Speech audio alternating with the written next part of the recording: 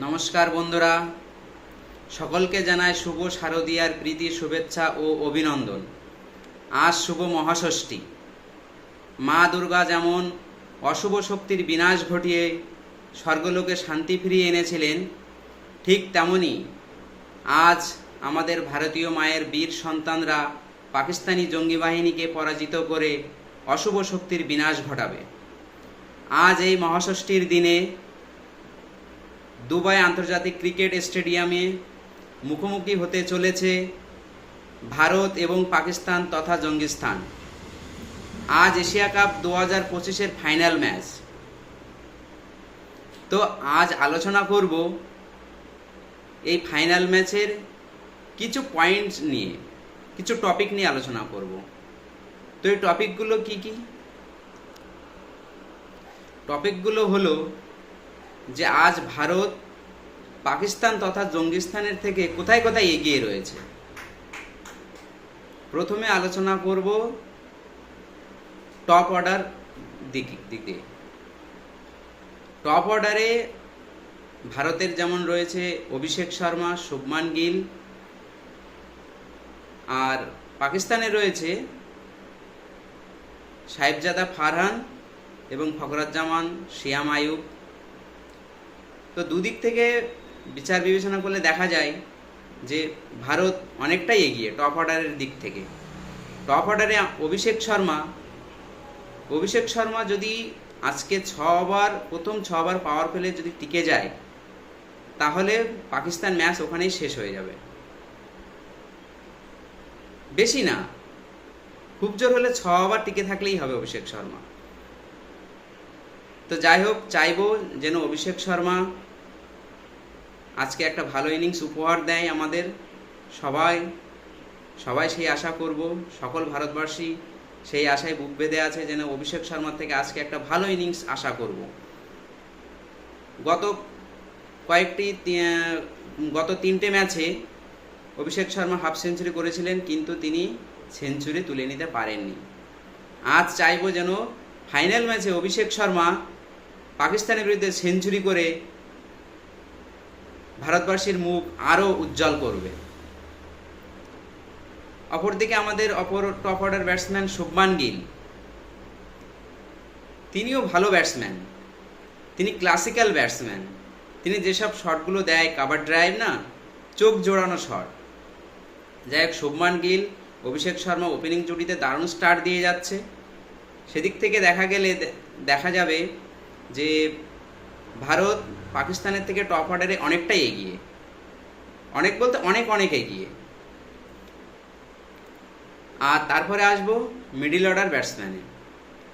Middle অর্ডারে আমাদের আছে সূর্যকুমার যাদব, তিলক বর্মা, শিবম দুবে, হার্দিক পান্ডিয়া, অক্ষর প্যাটেল। আর পাকিস্তানে রয়েছে যেমন মোহাম্মদ হারিস, মোহাম্মদ নওয়াজ। তো সেদিক থেকে দেখা গেলে পাকিস্তানের থেকে ভারতের মিডিল অর্ডার ব্যাটসম্যান অনেকটাই শক্তিশালী। তবে সূর্যকুমার যাদবের সাম্প্রতিক ফর্ম খুব একটা ভালো নয়। তবে আজকে ফাইনাল ম্যাচ যেহেতু, আমরা সবাই চাইবো যেন সূর্যকুমার যাদব আজকে ফাইনাল ম্যাচে একটা ভালো ইনিংস আমাদেরকে উপহার দেন। যেন আমাদের গত কয়েক ম্যাচে সূর্যকুমার যাদব যে আমাদের নিরাশা করেছে, সেই নিরাশাটা যেন আজকে আশায় পরিণত করে। আজকে যেন আমরা সূর্যকুমার যাদবের থেকে একটা ভালো ইনিংস দেখতে পারবো। আমরা সবাই সেই আশায় আছি যেন সূর্যকুমার যাদব আজকে একটা ভালো ইনিংস উপহার দিয়ে গত কয়েকটি ম্যাচের যে আমাদের নিরাশা করেছিল, সেটা আমাদেরকে আশায় পরিণত করবে। তো আর একটা জিনিস বলতে চাই, মিডিল অর্ডার ব্যাটসম্যানে, আমাদের ভারতীয় মিডিল অর্ডার ব্যাটসম্যানের দিক থেকে সঞ্জু স্যামসনকে একটু নিচের দিকে নামানো হচ্ছে না? সঞ্জু যে মাপের ব্যাটসম্যান, তাকে আমার মনে হয় একটু আরও উপরের দিকে নামানো উচিত। সূর্য কুমারের জায়গায় না নামিয়ে অনডাউনের নামানো নাই বা হোক, কিন্তু অন্তত 4 নম্বরে তাকে নামানো উচিত। আমার ব্যক্তিগত পছন্দ সঞ্জু স্যামসনকে অনডাউনে নামানো, কারণ তিনি যে মাপের ব্যাটসম্যান, তিনি যদি একবার সেট হয়ে যান, তিনি বড় বড় শট খেলবেন। তারপরে আসি স্পিন অ্যাটাক। স্পিনের দিক থেকে আমাদের ভারতীয় দলের যেমন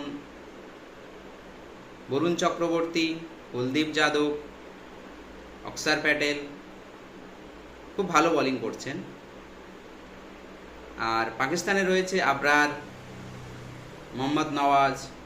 সেদিক থেকে পাকিস্তানের স্পিনার আর ভারতের স্পিনার দুটোর মধ্যে আকাশ পাতাল তফাৎ রয়েছে। তো সেদিক থেকে স্পিনারেও ভারতীয় দল এগিয়ে। তারপরে বলবো পেস অ্যাটাক। পেস অ্যাটাকে দেখতে গেলে দেখা যাবে যে ভারতীয় দলে রয়েছে জসপ্রীত বুমরা আর হার্দিক পান্ডিয়া। পাকিস্তানে রয়েছে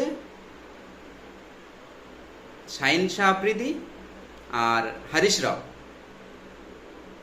তো পাকিস্তানেরও পেস বোলিং ভালো, কিন্তু আমার মনে হয় অভিষেক শর্মার সামনে পাকিস্তানের এই পেস অ্যাটাক সারখার করে দেবে।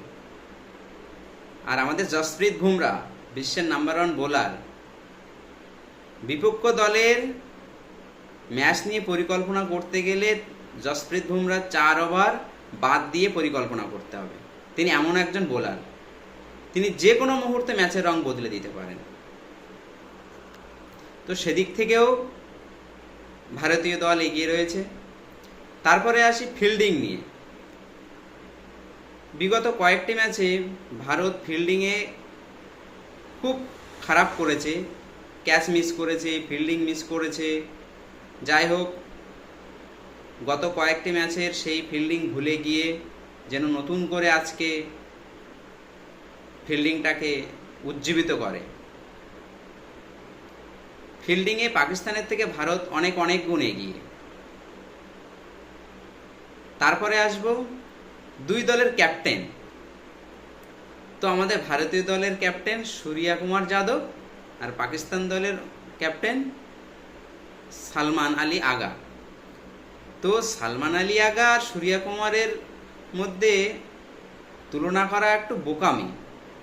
হ্যাঁ, কারণ কোথায় সালমান আলী আগা আর কোথায় সূর্যা কুমার যাদব। সূর্যা কুমার হয়তো 2-1টা ম্যাচে অফ ফর্মে আছেন, কিন্তু তিনি যদি একবার ফর্মে ফিরে যায় যে কোনো মুহূর্তে ম্যাচের রং বদলে দিতে পারেন। কারণ তিনি তো আমাদের মিস্টার 360 ডিগ্রি, চারিদিকে শট খেলতে পারেন তিনি। তো সেদিক থেকেও ভারতীয় দল এগিয়ে রয়েছেন। তারপরে আসে সাম্প্রতিক যে ফর্ম। তো সাম্প্রতিক ফর্ম বিবেচনা করলে দেখা যাবে যে এশিয়া কাপে ভারত যে কটি ম্যাচ খেলেছে সবকটি ম্যাচেই ভারত জিতেছে। আর পাকিস্তান যে কটি ম্যাচ খেলেছে তার মধ্যে 2বার ভারতের সাথে মুখোমুখি হয়েছে, 2বারই তারা হেরেছে। তো আজকেও ভারত পাকিস্তানকে পরাজিত করে তৃতীয়বারের জন্য জিতে হ্যাট্রিক করবে। তারপরে আসি দু দলের এক্স ফ্যাক্টর নিয়ে। পাকিস্তান দলের তেমন কোনো এক্স ফ্যাক্টর নেই। আমাদের ভারতীয় দলের কিন্তু দুজন এক্স ফ্যাক্টর রয়েছে। এক হচ্ছে হার্দিক পান্ডিয়া, 2 হচ্ছে অক্ষর প্যাটেল। হার্দিক পান্ডিয়া যে কোনো মুহূর্তে রুদ্রমূর্তি ধারণ করতে পারে, বড় বড় শট খেলতে পারে। আর অক্ষর প্যাটেল সাম্প্রতিক কয়েকটা ম্যাচে তিনি ভালো ব্যাটিং করতে পারেননি, কিন্তু আজকে তিনি ভালো ব্যাটিং করবেন এটুকু আমি বিশ্বাস করি। কারণ অক্ষর প্যাটেলের মধ্যে সে অ্যাবিলিটি আছে, তিনি বড় বড় শট খেলতে পারেন। তো আমাদের ভারতীয় দলে দুজন এক্স ফ্যাক্টর রয়েছেন, এক হার্দিক পান্ডিয়া, 2 অক্ষর প্যাটেল। সেদিক থেকেও আমাদের ভারতীয় দল এগিয়ে, কারণ পাকিস্তানে তেমন কোনো এক্স ফ্যাক্টর নেই। এরপর আসি টস নিয়ে। তো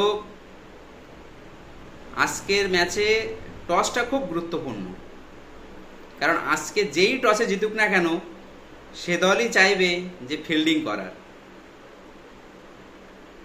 আমি ব্যক্তিগতভাবেও চাইছি যে আজকে ভারত টসে জিতে ফিল্ডিং করুক, কারণ ভারত রান চেজে সবসময় বরাবরই ভালো।